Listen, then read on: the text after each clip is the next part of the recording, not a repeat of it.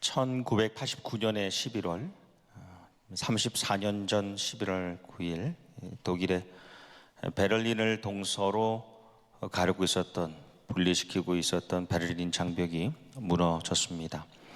2차 세계대전 종전 후에 우리가 잘 알듯이 동독은 소련이 점령했고 서독은 미국, 영국, 프랑스, 서방 연합국이 점령했습니다. 당시 수도 베를린도 둘로 나뉘어져서 동베를린은 소련이, 서베를린은 서방 연합국이 다스렸지요. 그런데 전쟁 직후에 바로 이 베를린 장벽이 세워진 것이 아니라 동베를린 주민들이 점점 서베를린 쪽으로 탈주하면서 약 380만 명이 이동하게 되었습니다. 그래서 그걸 막기 위해서 1961년에 야밤에 기습적으로 이 장벽이 만들어졌습니다. 계속해서 보강을 했는데 이 마주한 곳, 동베를린과 서베를린 마주한 곳의 길이가 43km, 27마일 정도 됩니다. 그러니까 우리 교회에서 본다면 이제 롱비치까지의 길이가 되겠죠. 그런데 비록 독일은 이제 동독과 서독으로 나뉘어졌지만, 갈라져 있었지만, 독일 교회는 서독 교회, 동독 교회가 하나의 원칙을 가지고 있었습니다. 독일 교회는 하나다. 독일 교회는 하나다. 그래서 절대로 정치라든가 이념으로 인한 분열에 교회가 휩쓸리지 않았습니다. 그리고 다양한 교단들이 교류하고 연합했습니다. 서독교회가 동독교회를 많이 도왔는데요. 이 서독교회가 세운 독일 개신교 운동 연합은 한 가지 원칙으로 이 동독교회를 지원했습니다. 그것은 절대 사용처를 묻지 않는다입니다. 명분이 있는 지원을 하지만 사용처는 묻지 않고 지원한다. 교회가 교회를 그렇게 도우니까요. 비록 국가는 분단되어 있었지만 교회는 연합했습니다. 그래서 같은 성경을 보고 같은 찬송을 부르고 같은 그리스도인으로 살아서 이 체제가 달랐지만 서로 하나됨을 느꼈습니다. 모든 동독에 있는 교회는 이 서독에 있는 교회들과 자매 교회를 맺었습니다. 대단한 일이죠. 지금의 남한과 북한과 대한민국 교회 관계와는 좀 전혀 다른 면이 있긴 있습니다. 당시에 이제 본래 베를린은 동독 안에 있었기 때문에 그 동독 안에 있었던 베를린의 동베를린 인근에 라이프치히라는 도시가 있었는데, 그 도시에는 아주 유명한 교회가 있죠. 성 니콜라이 철치입니다. 니콜라이 교회는 1165년에 세워졌는데 마틴 루터가 여기에서 설교를 했습니다. 그러면서 종교개혁이 거기서 시작되었죠. 그 후에 세바스찬 바흐, 지난주에 나왔던 위대한 음악가가 노년을 거기서 보냅니다. 그럼 라이프치히에서 세상을 떠납니다. 그리고 한 교회의 무덤이 거기에 있습니다. 니콜라이 교회는 그래서 바흐의 오르간 곡이 많이 연주되었죠. 그런데 1980년에 들어서 공산주의에 반대하는 이들이 교회에 모여서 조용히 기도를 시작했습니다. 1981년 9월에 칼을 쳐서 쟁기로라는 그 슬로건 구호를 걸고 매주 월요일 5시에 교인들이 교회에 와서 기도했습니다. 평화 기도회. 동독 정부가 이걸 막으려고 교회로 가는 길을 미리 차단하기도 하고 비밀 경창들을 먼저 교회에 보내서 자리를 차지하게 했습니다. 좌석을 다 미리 앉게 하는 겁니다. 그런데도 이 집회가 계속되어서 1989년 10월 9일에 평화를 원하는 수천 명의 교인들이 가득 찬 채로 이제 기도회를 열었고, 그 다음 달 11월 첫째 주에는 교인들과 주민들 50만 명이 그 교회를 중심으로 모였습니다. 너무 많은 사람들이 교회를 중심으로 모이니까 동독이 소련의 도움을 요청했습니다. 그런데 소련이 이제 고르바초프가 거절합니다. 우리 간섭하지 않겠다. 소련의 도움을 받기 어렵게 됐기 때문에 이렇게 회유책을 합니다. 그럼 우리가 여행을 자유롭게 할 수 있도록 하겠다. 11월 9일부터는 동서독이 자유롭게 유행하게 하겠다. 여행 자유화를 발표했습니다. 그런데 언론이 이 타이틀을 내면서, 속보를 내면서 베를린 장벽이 드디어 무너졌다 이렇게 낸 겁니다. 그러니까 그것을 보고 수많은 사람들이 정말 베를린 장벽에 몰려간 겁니다. 그리고 무너뜨린 거예요. 네. 실제로 장벽을 깨고 박살내기 시작했습니다. 이 사건을 계기로 그 다음 달 12월에 동독 공산당이 해체되고 그 다음 해에 1990년 10월 3일에 독일 통일이 선포되면서 하나의 독일로 연합하게 되지요. 그러니까 기도회를 시작하고 10년이 걸렸습니다. 몇 해 전에 한국교회에서도 이제 통일기도회가 시작되었고 또 한참이기도 합니다. 당시에 이제 제가 섬기던 교회에 니콜라이 교회를 담임하셨던 크리스찬 뒤러라는 목사님이 이어서 섬기는 독일 교회 목사님들, 지도자들이 방문하여서 제가 섬기던 교회에서 말씀을 전한 기억이 있는데, 이 위대한 독일 통일, 이 연합의 역사가 가능하게 된 것은 조용한 개신교 혁명이라고 할 수 있었던 니콜라이 교회 그 집회, 거기에서 시작되었다는 겁니다. 그리고 그 뒤에는 교회의 연합, 이 서독교회와 동독교회의 연합, 그 안에 교인들의 하나됨, 서독교인과 동독교인들이 하나 되라는 그 헌신이 있었기 때문에 독일이라는 나라가 통일될 수 있었다라는 나눔이었습니다. 여러분, 악한 영의 사탄의 역사는 자꾸 우리를 가름해 있습니다. 갈등을 일으키고 분열시키는 겁니다. 하지만 하나님의 영 성령님 항상 우리를 하나 되게 하십니다. 여러분, 갈등을 일으키고 분열되어야 할 이유는 너무 많아요. 혈연, 지연, 학연은 기본이고, 계층에 따라서, 이념에 따라서, 상황에 따라서 나눠집니다.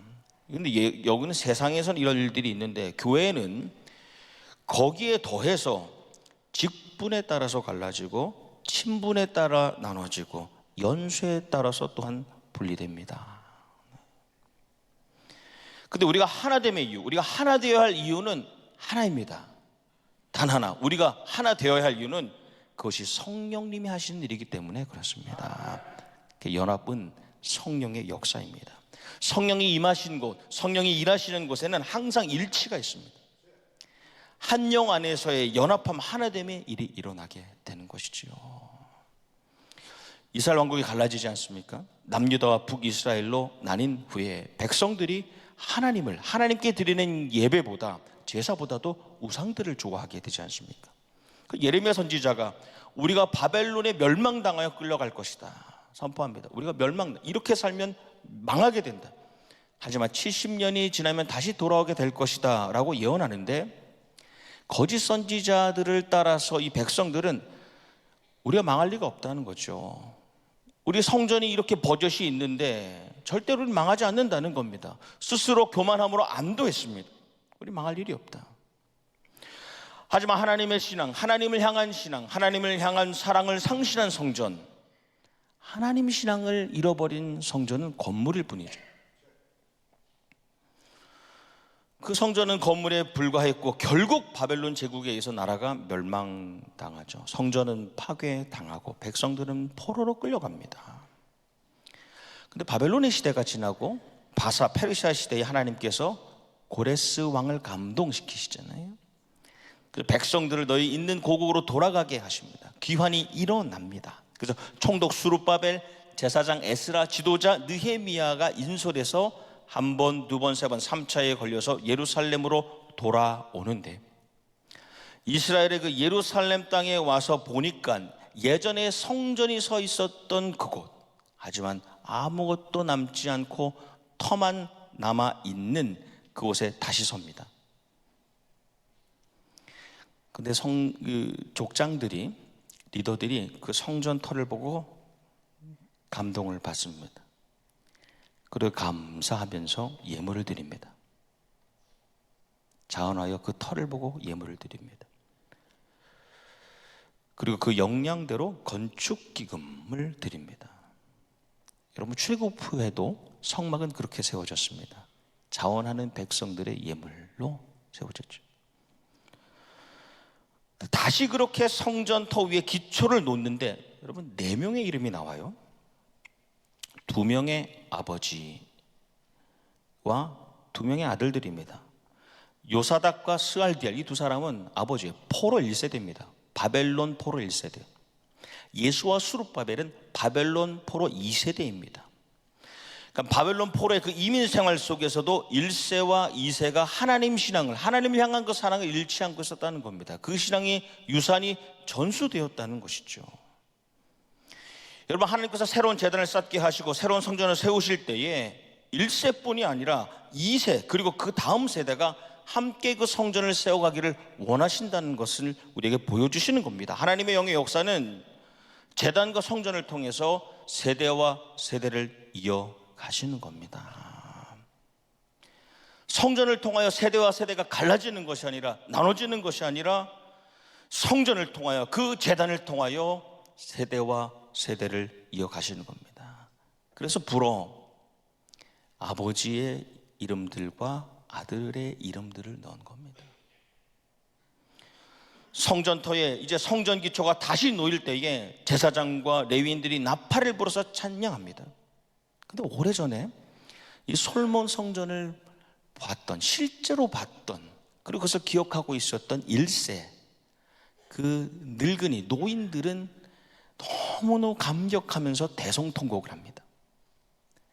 감사한데 울어요. 우리가 하나님의 말씀을 지키지 못했기 때문에 결국 예레미야 선지자의 그 예언대로 망할 수밖에 없었다. 하지만 또한 그 예언대로 70년이 되어 우리가 다시 이 성전터에 섰으니 대성통곡하는 거예요. 그때 반면에 젊은이들은 환호를 지릅니다. 너무 기쁜 거예요. 아버지를 통해서 들었던 그 성전을 다시 세운다는 것에 감격합니다. 그 후에 그 주변에 방해가 있었지만 결국 재건이 중단되었음에도 불구하고 끝내 사역을 이어갑니다. 창립 50주년 희년 2023년을 지나면서 지난 10월 15일 우리는 전교인 야외 예배를 드렸습니다. 그날의 감격, 그날의 감사, 내가 느꼈던 그 감정, 감격과 감사의 감정은 여러분 우리가 전혀 색다른 장소에서 다 함께 한 번에 예배드리면서 오는 그런 감사 감격이 아니었습니다. 단지 그것만이 아니었습니다. 또 거기 다 같이 모여서 구역 식구들이 또 부서별로 만나는 식사와 즐거운 교제를 나눠서가 아니었죠. 우리 안에 서로 다름, 세대가 다르고 연령이 다르고 언어가 다르고 문화가 다르지만 그 다름을 떠나서 나성영락이라는 이름, YNC의 이름을 뜨겁게 여전히 사랑하고 있는 사람들, YNED 교육부의 자녀들에서 실버힐 어르신까지 YNLA EM 공동체와 YNY의 청년부 그리고 뉴빌 젊은 가정까지 우리가 나성영락의 이름 안에서 하나 되어서 한 하나님께 함께 예배드릴 수 있었다는 것이 그날의 우리의 감격과 감사의 이유이지 않습니까? 저 멀리 보이는 아이가 나성영락의 이름으로 뛰어다니고 있음을 우리가 보았고, 여기 앉아 계신 어르신이 나성영락의 이름으로 앉아 계신 아버지의, 내 아버지요 내 어머니 임을 보면서 우리가 감격하고 감사했던 것입니다. 예배가 일어나는 그 시공간, 예배가 일어나는 그 시간과 그 공간 안에서 우리는 연합하게 하시는, 하나됨을 이루어가시는 성령님의 일하심을 경험할 수 있는 겁니다. 그래서 예배의 자리는 모든 벽들이 무너집니다. 예배드리는 예배자로 설 때에 신앙의 직분과 연수와 친분은 사라지는 것입니다. 하나님 앞에 예배자로 서는 것이고 같은 예배자로 하나됨을 경험하는 것이죠. 그 감격이 성전의 기초를 쌓아갈 때에 늙은이와 젊은이들 가운데 있었던 겁니다. 먼저 성전의 기초가 예루살렘의 그 성전터에 세워졌고 그 후에 성벽이 재건됩니다. 그 백성들이 유대력 7월 1일, 유대인들에게는 새해 첫날인데 그래서 기념하려고 다시 모이게 됩니다. 제사장 에스라가 강단에 서서 율법책을, 이 말씀을 펴는데, 말씀에 보니까 에스라가 모든 백성 위에 서서 그들 목전에 책을 펴니, 책을 펼 때에 모든 백성이 일어서니라 합니다. 말씀을 펼 때에 백성들이 일어나는 겁니다. 여전히 기독교 교회 가운데 이 전통을 따라서 말씀을 펼 때에 다 같이 일어나는 교회도 있습니다. 모든 백성이 일어서니라. 이전에는 율법을 그 말씀을 경시했지만 이제는 하나님의 말씀을 경외함에 있어서 하나님의 말씀을 경외하고 사모하는 그 심령 안에서 하나 되는 겁니다. 그래서 모든 백성들이 일어나는 겁니다. 이어서 에스라가 위대하신 하나님의 여호와를 송축하며 찬양하니 모든 백성이 손을 들고 아멘 아멘 하고 응답하고 몸을 굽혀 얼굴을 땅에 대고 여호와께 경배하니라. 이전에는 마음껏 찬양할 수 없었습니다. 포로 생활 속에서 찬양하고 싶지만 찬양할 수 없었습니다.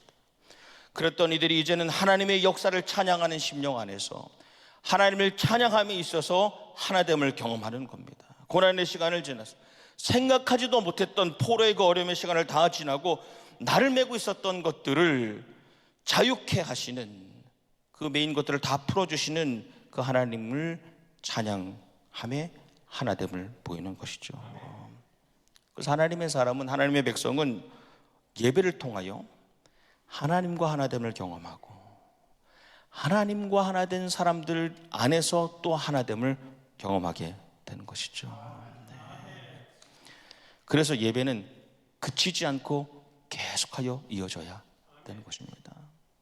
에스라가 하나님의 말씀을 펼 때에 모든 백성이 자리에서 일어났고 그 다음에 찬양하였고 그리고 다시 에스라가 말씀을 낭독합니다. 근데 말씀을 이해하지 못하는 백성들이 많을 수 있기 때문에 레위인들이 곁에서 그것을 해석해 줍니다. 그렇게 새벽부터 정오까지 6시간이 넘도록 백성들이 서서 말씀을 듣던 중에 감화가 됩니다. 6시간을 서서 말씀을 듣는데 감동이 되는 거예요. 그래서 울음을 터뜨립니다. 포로리 있을 때 느끼지 못했던 예배의 감격을 느끼게 되고 그동안 깨닫지 못했던 말씀의 감동을 새롭게 깨닫게 되는 겁니다. 그러니까 함께 우는 거예요. 우리 나성영락교회 예배가 계속하여 그런 감격이 있는 예배, 말씀의 감동이 있는 예배가 되기를 주님의 이름으로 축복합니다. 우리의 심령이 말씀 앞에 설 때에 그분이 주시는 말씀을 통하여 저와 여러분이 모두가 깨닫고 감동받는 놀라운 시간들이 이어지기를 주님의 이름으로 축원합니다. 이어질 말씀에 보니 느헤미야가 그걸 보고 그들에게 이르기를 너희는 가서 살찐 것을 먹고 단 것을 마시되 준비하지 못한 자에게는 나눠줘라. 이날은 우리 주의 성일이니 거룩한 날이니 근심하지 말라. 여호와로 인하여 기뻐하는 것이 너희의 힘이니라. 그러면서 예배 후에 친교가 일어납니다. 그리고 초막절을 지키게 되지요. 창립 50주년 희년을 열고 2023년 지난 봄에 3월 5일 우리 나성영락교회에 창립 50주년 기념 예배를 드렸습니다. 기념 주일로 지켰습니다. 그날 우리가 느꼈던 감정을 넘어선 우리의 감격과 감사, 그것은 단지 우리가 오래전에 함께 지냈고 또 우리 교회를 담임하셨던 두 분의 목사님, 박희민 목사님과 이명철 목사님을 초청해서 오랜만에 설교 듣고 인사 나누고 사진 찍고 대화 나누고 교제를 나눔에 우리의 감사와 감격이 있는 것이 아니었습니다. 그날 진짜 우리의 감사와 감격은 지난 50년의 역사에 서로 다른 시대를 지나오면서 가졌던 호합으로 나는 싫고 너는 좋고 싫고 좋음과 기쁘고 슬펐던 시간들, 소망과 실망, 그 복잡함을 넘어서서 또 끊어졌던 감정들을 넘어서서 여전히 우리가 하나님 안에서 하나님께 드리는 예배와 말씀 안에서 찬양 안에서 하나 되었음을 다시 확인할 수 있었다는 곳에서 다른 교회는 모르는, 다른 교인들은 모르겠죠. 다른 교회는 모르는 우리들만의 감사와 감격이 그날에 있었던 겁니다. 나성영락에만 주시는, 나성영락의 예배, 말씀과 찬양에 주시는 우리들만의 감사가 그날 있었던 것입니다. 2차 세계대전 종전 후에 독일 국토의 독일 나라의 대부분이 황폐화가 되었습니다. 수많은 도시들이 파괴되었고 비참한 상황에 이르렀죠. 그 가운데 콜로그라는 아주 작은 도시도 그런 상황이었습니다. 크게 다르지 않는 어려움 가운데에 이 시민들이 이제 우리가 어떻게 이 도시에서 무엇을 시작할 수 있을까 고민하고 깊은 시름과 실망에 빠져 있었습니다. 근데 콜로그라는 도시에 아주 작은 이 교회가 하나 있었는데 이 전쟁의 포격을 받아서 지붕이 내려앉았습니다. 아치도 무너지고 창문도 다 깨지고 기둥도 기울었습니다.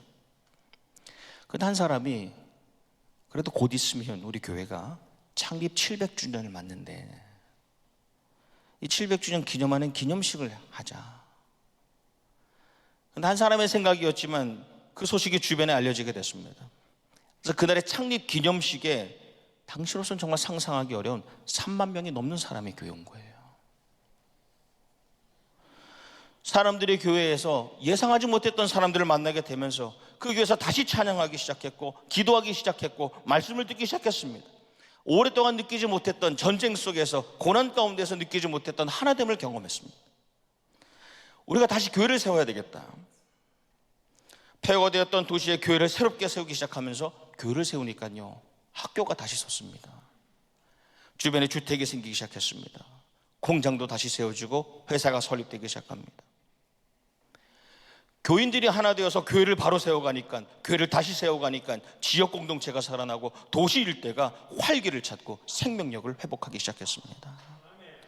우리 나상영락교회 50년이 우리 교회가 이 LA 근역에서 그런 교회로 자리매김해 왔고 그런 교회로 계속하여 자리매김하게 될 것을 확신합니다. 네. 교회가 영적으로 눈에 보이지 않는 부분 또 육적으로 물적으로 눈에 보이는 부분이 새롭게 세워지기 시작할 때에 우리 나성영락교회는 이 LA와 남가주와 캘리포니아 미 전역 이 세계 열방에 생명력을 가져다주는 교회로 다시 서게 될 것을 확신합니다. 그 확신은 저 개인적인 감정이 아니라 지난 1년을 보내면서 좀 길게만 지난 7년을 보내면서 주님께서 우리에게 허락하신 저에게 주신 확신이고 믿음입니다. 우리 교회는 너무 많은 복을 받았습니다. 너무 많은 복을 받았어요. 교회를 위해서 새벽마다 기도하시는 어르신들이 많이 있습니다. 순수한 신앙을 받아서 지키려고 하는 젊은이들이 모입니다. 물적으로도 이런 이민교회가 어디 있습니까? 역사상 이런 이민교회는 없습니다. 여전히 나상영락교회는 디아스포라에 으뜸되는 장작교회요 어머니와 같은 교회입니다. 그래서 우리는 더 겸손해야 되겠죠. 2023년 희년에 지나는 감사의 달, 여느 달과는 다르다 생각합니다. 그래서 감사의 달보다는 우리 감사라는 주제를 붙여 보았습니다. 우리 감사, 우리들만의 감사. 다른 이들, 다른 교회, 다른 교인들은 도무지 깨닫지 못하고 도저히 느끼지도 못하는 우리들 나성영락만의 감사를 나누는 한 달이 되기를 소망합니다. 악한 영의 역사는 항상 우리 인간적인 연약함과 부족함을 이용합니다. 그래서 여러 가지 세상적인 이유를 들어서 우리를 갈라놓으려고 합니다. 갈등과 분열의 이유는 수도 없습니다. 목사님 넥타이 색깔이 마음에 안 들어도 갈라지고 그러잖아요. 하지만 성령님의 역사는 한 가지입니다. 한 성령 안에서 교회가 교인이 예배를 통하여 말씀과 찬양을 통하여 계속하여 하나 되게 만드시는 겁니다. 교회의 희년을 감사하며 교회의 주인 되신 하나님께 드린 두 개의 거대했던 예배, 창립기념 주일 예배, 창립기념 전교인 예배. 우리가 한 것 같지만, 사람이 기획하고 준비하고 실행한 것 같지만 성령 하나님께서 하신 일이고, 그래서 우리에게도 감사가 있는 것 아닙니까? 고난의 과정을 다 지나고 예루살렘 성전터의 그 기초와 성벽을 새롭게 세우게 하신 하나님, 그리고 새롭게 예배케 하셨던 그 하나님의 섭리가 여전히 우리 나성영락의 역사하심을 믿습니다. 그리고 그 믿음으로 감사하는 것입니다. 서로의 다름과 서로의 시대를 넘어서 서로의 호불호를 넘어서 이어져 온 우리의 감격의 예배, 이 예배가 계속하여 주님 오시는 그날까지 드려지기를 주님의 이름으로 축원합니다. 성부 하나님의 보호와 성자 예수님의 인도와 보혜사 성령님의 능력이 함께 하시기를 축원합니다.